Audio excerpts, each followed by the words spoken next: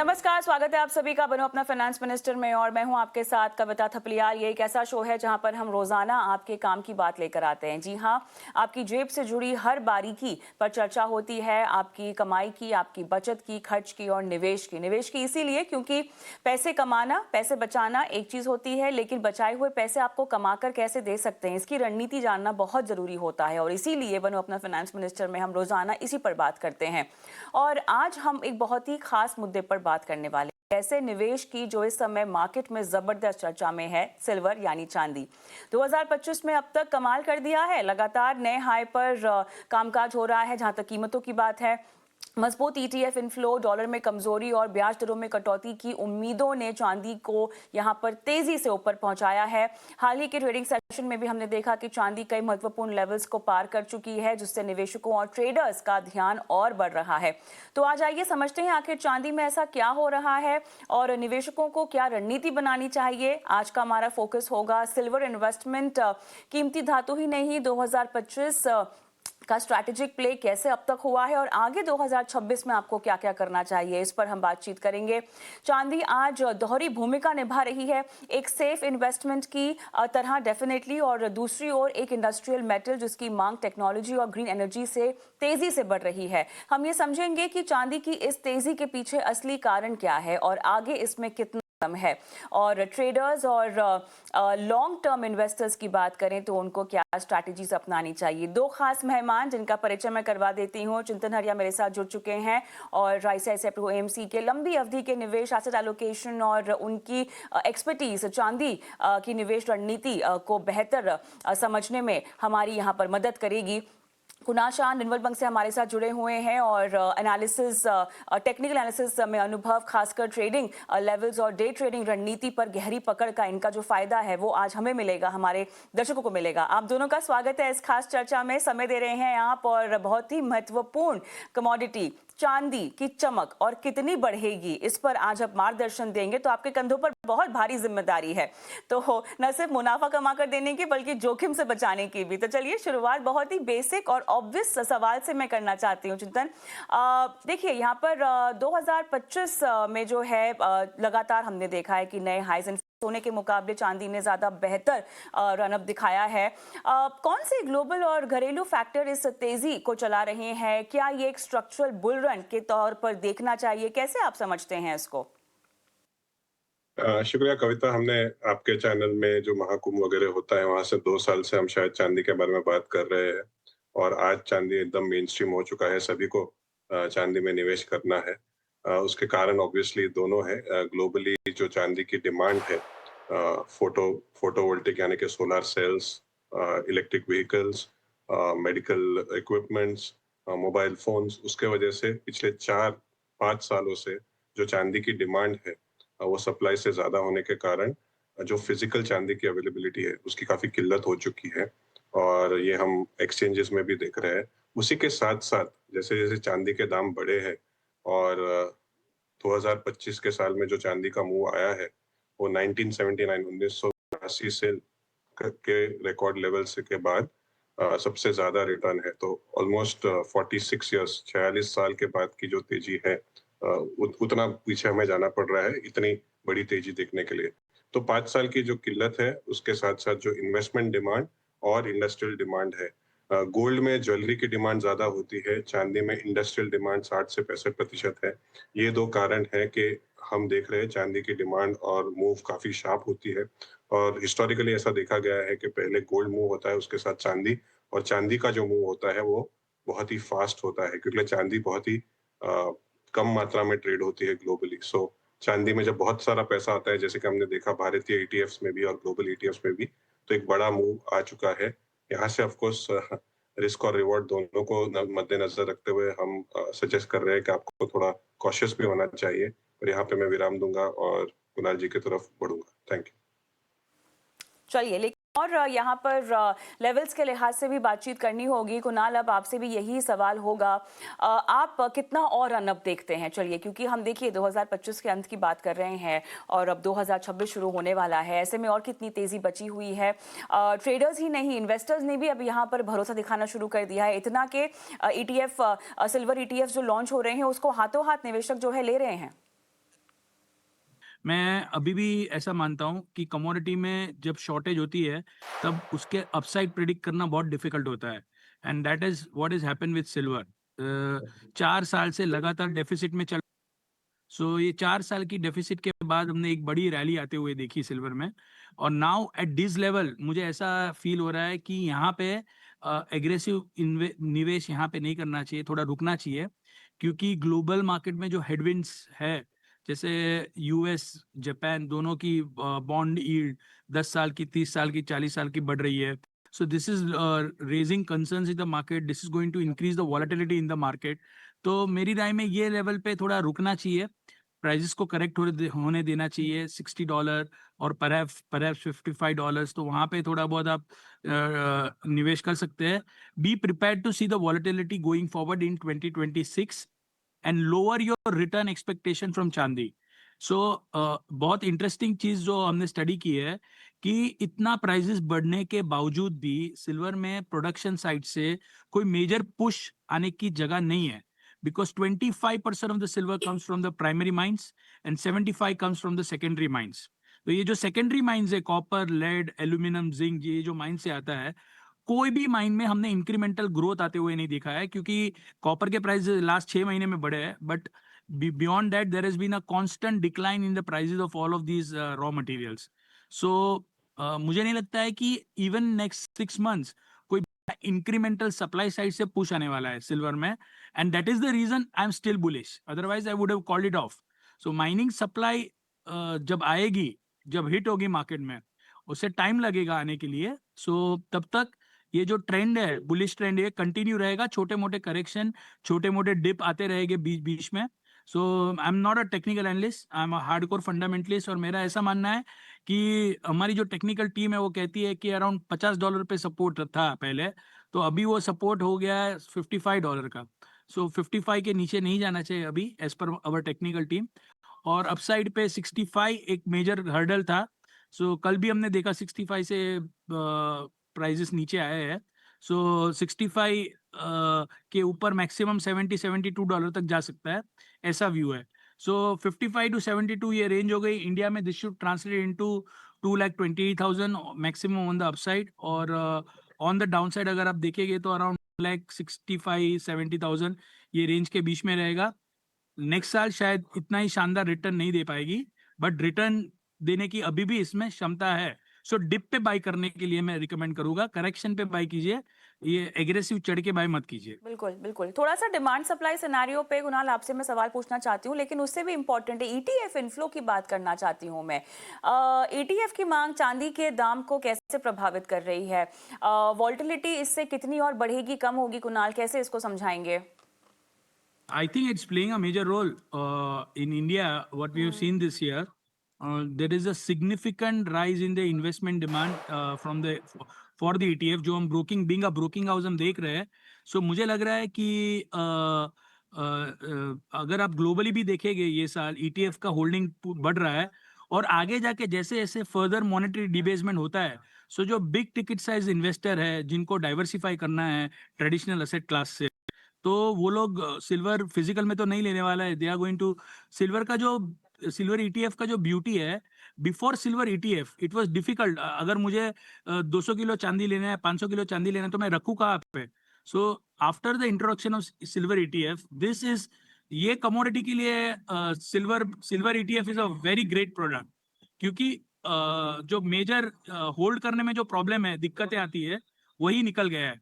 So I think silver ETFs are playing great role in price discovery, and a lot of people are entering in the market, and ये इसका जो market irrespective of the price, इसका holding बढ़ने ही वाला है और इसका penetration बढ़ने वाला है। अब चंदन, ये ईटीएफ प्ले को थोड़ा सा मुझे समझना है आपके नजरिए से। देखिए, हम यहाँ पर ईटीएफ खरीद लेते हैं, लेकिन जिनके पास ये पैसा जाता है वो कैसे इसको स्टॉक करते हैं? थोड़ा सा बैकग्राउंड की स्टोरी और जो इसकी औपचारिकताएं हैं अगर वो समझाएं तो समझने में आसान होगा, क्योंकि लोगों को देखिए, सोना का ईटीएफ लें या चांदी का ईटीएफ लें, ईटीएफ होता है, दोनों में वो वैसे ही कामकाज करेगा। लेकिन जो होल्डर्स होते हैं वो कैसे काम करते हैं? डेफिनेटली कॉस्ट का आपको यहाँ पर फायदा है, सेफ्टी सिक्योरिटी के लिहाज से आपके पास बहुत फायदा है। लेकिन फिर भी सोने और चांदी ऐसी चीज होती है ना चंदन, हमारे सामने दिखता है ना तो अच्छा लगता है, भरोसा आता है कि अच्छा हमारे पास कोई एसेट है ना? तो जरा समझाइए इसको। बिल्कुल, तो गोल्ड के जो ईटीएफ्स हैं वो तो 15 साल से ज़्यादा से भारत में है और काफ़ी पॉपुलर है। लकीली इनफ जनवरी 2022 में पहला सिल्वर ईटीएफ भी ला पाए थे और वो एक अच्छा ज़रिया बना। गोल्ड हो या सिल्वर हो, दोनों के जो ईटीएफ में पैसा आता है, as an asset management company हम जो गोल्ड और सिल्वर उसके लिए फिज़िकल लेके गोल्ड्स में रखते हैं। तो जो हाईएस्ट प्योरिटी का जो रेगुलेटेड डायमेंशंस है, रेगुलेटरी प्रोविजंस है, उस हिसाब से हाईएस्ट क्वालिटी का जो गोल्ड और सिल्वर होता है, उसे हम बाजार से खरीद कर उसे स्टोर करते हैं आपके लिए। तो जब आप गोल्ड या सिल्वर ईटीएफ में निवेश कर रहे हो, तो it is equivalent of putting money in physical gold and physical silver. सिर्फ वो फिजिकल सिल्वर और गोल्ड को आपकी चिंता नहीं है, उसे सिक्योरिटी की, उसकी प्योरिटी की, और obviously silver over a longer period of time oxidize भी हो जाता है। तो ये सब जो इंश्योरेंस की, क्वालिटी की, सिक्योरिटी की चिंताएं हैं, वो हम आपके ऊपर से हटाकर खुद लेते हैं as an asset management company. और जिसका जो ट्रेडिंग मैकेनिज्म है वो आप किसी शेयर के तरह ले बेच सकते हो, और अपने आज अगर बेचा तो कल आपको पैसा आ जाएगा। It is a T+1 settlement. So in terms of convenience of investing, जैसे कुणाल भाई भी बता रहे थे, कन्वीनियंस ऑफ इन्वेस्टिंग, अगर आपको एक यूनिट लेना है, एक यूनिट लीजिए। अगर कोई बड़ा निवेशक है तो उसको बड़ा क्वांटिटी में लेना है, वो भी ले सकते हैं। तो कन्वीनियंस, सिक्योरिटी, कंफर्ट, और obviously asset management company is also regulated by SEBI. तो हम भी सेबी से रेगुलेटेड है, और जो हमारे जो प्रोसेसेस और सिस्टम्स है वो ऑडिट होते हैं। तो आपको वो चिंता करने की जरूरत नहीं है कि वो फिजिकल सिल्वर है या नहीं है, गोल्ड है या नहीं है। और काफी कन्वीनियंस से आपका जो स्टोरेज है उसके साथ आपको फायदा मिल जाता है। और क्योंकि ये ईटीएफ है, तो अगर आप 12 महीने से ज्यादा रखते हो तो आपको लॉन्ग टर्म कैपिटल गेन का इसमें फायदा मिल जाता है, दोनों गोल्ड और सिल्वर ईटीएफ में। ऑलराइट, अब चंदन अब ये समझाइएगा गोल्ड सिल्वर रेशियो को आज के मार्केट में कैसे देखना चाहिए? बिकॉज सोना चांदी एक ही ब्रेथ में लोग जो है खरीदने की बात कर लेते हैं, प्रेशियस मेटल्स की बात आती है तो एक ही ब्रेथ में ले लेते हैं, लेकिन अब तो चांदी और कॉपर की भी बात होती है, बाकी मेटल्स की बातचीत भी होती है। तो सोने चांदी की जोड़ी तो हिट है ही, लेकिन और क्या जोड़ियां बन सकती हैं? और इस समय क्या देखना चाहिए? सिर्फ चांदी को ही देखना चाहिए अकेले? तो कविता, हमारा मानना है कि एक टाइम था 2 हाँ। साल पहले जब आप 10 से 15% चांदी प्लस सोना रख सकते थे आपके पोर्टफोलियो में। अभी सोना भी उच्चतम स्तर से काफी बढ़ चुका है, चांदी अपने उच्चतम स्तर को क्रॉस करके काफी बढ़ चुका है। तो जो एसेट एलोकेशन प्लान है उसमें आप 10% शायद एक अच्छा कैप रहेगा आपके फाइनेंशियल एसेट्स का। मैं ज्वेलरी की बात नहीं कर रहा हूँ, मैं सिर्फ जो फाइनेंशियल एसेट्स है उसमें 6% गोल्ड, 4% सिल्वर एक अच्छा कॉम्बिनेशन है। जैसे कि कुणाल जी ने कहा, जो रिस्क है वो भी है कि वॉलेटाइल हो सकता है। तो अभी जाके आप 0 से 4% ना करें चांदी को। आप जैसे-जैसे आपको मौका मिलता है नीचे में आप खरीदिए। अगर जो डिमांड सप्लाई गैप है वो 1 या 2 साल और ऐसे का ऐसा बना रहा, तो फिर चांदी की कीमत क्या होगी हमें पता नहीं। पर एक चीज़ ध्यान रखनी चाहिए, कमोडिटी में कभी भी जो सब्स्टिट्यूशन इफेक्ट है वो आ सकता है। अगर चांदी बहुत महँगी हो गई, तो चांदी को एल्यूमीनियम या कॉपर से कुछ-कुछ एप्लीकेशंस में सब्स्टिट्यूशन हो सकता है, जिसके कारण शायद हमने देखा कॉपर भी मूव हो रहा है। पर एज़ अ म्यूचुअल फंड हमारे पास कोई ऑफरिंग कॉपर पे या इस पे नहीं है, हम सिर्फ गोल्ड और सिल्वर ईटीएफ पे है। पर बाकी जो कमोडिटीज है उसके लिए शायद जी का कुछ व्यू हो तो हम उनसे पूछ सकते हैं। शुक्रिया। कुणाल, सेम सवाल आपको, आप क्या So कहेंगे, कौन सी जोड़ी हिट है? So I think copper can be the next gold going forward. वाह। 3 reasons. Already copper बढ़ चुका है, but आगे जाके कॉपर का आउटलुक ज़्यादा अच्छा लग रहा है बिकॉज जो मैक्सिको में जो कॉपर की माइंस है, ओके, उसमें जो क्वालिटी ऑफ ओर्स है वो डिटेरियोरेट हो रही है पिछले 1.5 साल से 2 साल से। Most of this mines are getting exhausted, okay. और इंक्रीमेंटल सप्लाई ग्रोथ पूरे वर्ल्ड में, I am talking about the concentrate. तो कॉन्सेंट्रेट निकाल के उसको रिफाइन किया जाता है और वो रिफाइन मेटल एलएमई पे ट्रेड होता है। सो रिफाइनिंग कैपेसिटी बहुत ज्यादा है, but concentrate site is getting tighter and tighter. So that is the key reason for me to remain bullish. Supply side issue, हमेशा पहला रीजन रहता है। डिमांड साइड पे जैसे चिंतन भाई ने कहा, ऐसे ही ईवी ट्रांजिशन ले लो, या ये जो डेटा सेंटर जो लग रहे हैं पूरे वर्ल्ड वाइड, जो नई न्यूक्लियर प्लांट्स लगने वाले हैं, पावर ट्रांसमिशन बढ़ने वाला है, बराबर है, तो इसकी demand side looking very very very bright. And at the same time supply side में ये सब कमोडिटी में कोविड के बाद 2021 से लेके 2025 तक कोई भी कमोडिटी में मैंने 5% का डिमांड ग्रोथ भी नहीं देखा है, सॉरी इंक्रीमेंटल सप्लाई साइड से ग्रोथ आते हुए नहीं देखा है। सो अगर डिमांड बढ़ रही है और सप्लाई नहीं आ रही है तो प्रॉब्लम ही है। और third most important thing, China is sticking to involution policy. Okay, so there is a cold war going on between US and China. So instead of buying US bonds, China is buying commodities. And another thing कि ये जो involution policy है उसके तहत China अपनी access refining capacity को next 2-3 साल में कम करती जाएगी। सो कॉन्सेंट्रेट मार्केट टाइट है अभी, रिफाइन मार्केट भी आगे जाके टाइट हो जाएगा, तो कॉपर में बड़ी तेजी हो जाएगी। सो ऑलरेडी आई थिंक 15% का रैली हमने लास्ट 2 महीने में देखा है। 4-5% का करेक्शन आता है तो कॉपर में भी री एंट्री करनी चाहिए। और मुझे लग रहा है copper is poised even from this level to give you 25-30% return conservatively during the year 2026. चलिए एक आखिरी सवाल आपसे पूछूंगी, उसके बाद आप दोनों फारिग हैं। अंत में चिंतन आपसे, आप दोनों जो है एक एक बुल बेस बियर केस और साथ ही चांदी को लेकर अगर हम समझना चाहें, बुल बेयर का केस अगर बताना चाहें दर्शकों को, निवेशकों को। वैसे तो हमने बहुत सारी बातचीत कर ली जहां पर कैसे उतार चढ़ाव मुमकिन है उसकी समझाइश आपने दे दी है, लेकिन एक केस के लिहाज से तो बुल केस तो जरूर बनेगा अगर जो करेंसीज की डिबेसमेंट है ग्लोबली, यूएस डॉलर की डिबेसमेंट है और सभी और प्रिंट करते हैं पैसा, तो बुल केस उसके लिए बनता है। बेयर केस उससे बनता है कि अगर इतना सारा कर्जे में डूबे हुए हैं सभी सेंट्रल बैंक्स, और अगर ये जो ग्लोबलाइजेशन से लोकलाइजेशन की तरफ ओर बढ़ी हुई है उसके कारण ग्लोबल स्लोडाउन तो दिख ही रहा है, क्योंकि 60% जो इकोनॉमी है यूएस की और चाइना की, विश्व की 60% इकोनॉमी, ये दोनों इनकी ग्रोथ काफी धीमी हो चुकी है। तो अगर ग्लोबल ग्रोथ भी धीमा हो जाता है और ये सोलार का जो पूरा चयन है उसमें अगर हम स्लो डाउन देखते हैं, जैसे कि इंडिया में भी सोलार मैन्युफैक्चरिंग कैपेसिटी बहुत ज्यादा हो चुकी है ऐसा कहा जाता है इन टर्म्स ऑफ जो सोलार पैनल्स है, तो उस समय शायद चांदी आपको रिवर्स भी दिख सकती है। ऑलराइट, कुणाल। सो मेरे लिए सिमिलर है। वो सबसे बड़ा जो अभी बुल केस है मेरी राय में वो है कि we are going to see another massive amount of money printing going to take place. There is no doubt, I have no question about it, I have no doubt about it कि US already reverse repo operation से $40 billion दिसंबर में print करने को बोला है उन्होंने। सो ये जो नंबर है ये बढ़ता जाएगा क्योंकि इनकी जो कंडीशन है ये 3.5% के इंटरेस्ट रेट पे डेट सर्विस रिफाइनेंस कर ही नहीं सकते। So it is impossible. So interest rate have to drop quite sharply going forward. ये इन्फ्लेशन का जो मैंडेट है ना वो निकल जाएगा। इन्फ्लेशन बढ़ता है तो बढ़ने दो, that is what bond market is telling you. अगर आप 10 साल की यूएस, यूरोप, जापान सबकी बॉन्ड डील अगर देख रहे हो तो वो बॉन्ड मार्केट का सेल ऑफ आपको कह रहा है कि inflation longer dated time, longer dated security में बढ़ते जा रहा है, एक्सपेक्टेशन बढ़ती जा रही है।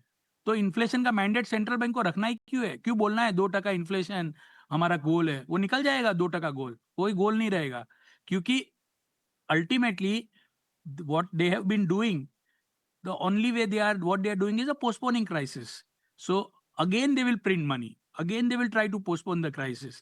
So कहीं second half of 2026 में डॉलर में बड़ा क्रैक आ सकता है और ऐसे टाइम पे फिर से अभी भी बुल के सिनेरियो है, but at dip at correction लीजिए।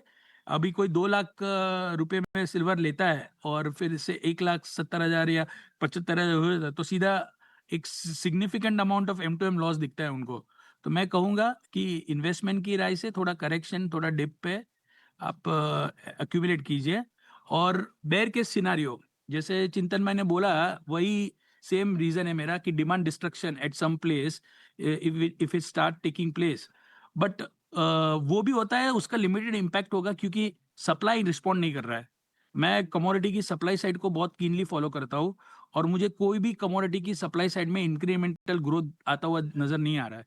इतना प्राइस बढ़े है एक साल, फिर भी जो नए प्लांट्स, नए ऑपरेशंस चालू होने वाले हैं और जो नई कैपेसिटी 2026 में स्टार्ट होने वाली है, it is not showing any significant upward revision. So any time whether ये बॉन्ड यील्ड बहुत ज्यादा बढ़ गए, येन कैरी ट्रेड अनवाइंड होने लगा, ऐसा कुछ होता है, या जापान ने यूएस की ट्रेजरी बेच दी मार्केट में, यूएस बॉन्ड यील्ड बढ़ गए, ऐसे टाइम पे ग्लोबल असेट्स में अगर लिक्विडेशन आता है तब gold or silver won't be different. If gold and silver are moving up along with the S&P 500, Nasdaq and Dow Jones, then when Dow Jones starts going down, you should not be surprised कि gold क्यों नीचे गया, क्योंकि it's a global liquidation.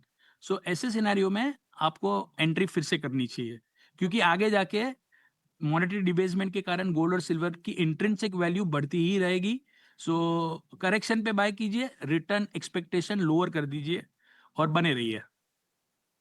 तो यहाँ पर चांदी में को कैसे अपने पोर्टफोलियो में आप जगह देंगे, स्ट्रैटेजिकली कैसे प्लेस करेंगे, इस पर मार्गदर्शन आप लोगों को दे दिया गया है। उम्मीद करते हैं कि इसी के मुताबिक आप आगे बढ़ेंगे जहाँ तक चांदी में आपके प्ले की बात है। शुक्रिया आप दोनों का, समय निकाला, दर्शकों का मार्गदर्शन किया, शुक्रिया। और चलिए वक्त है छोटे से ब्रेक का।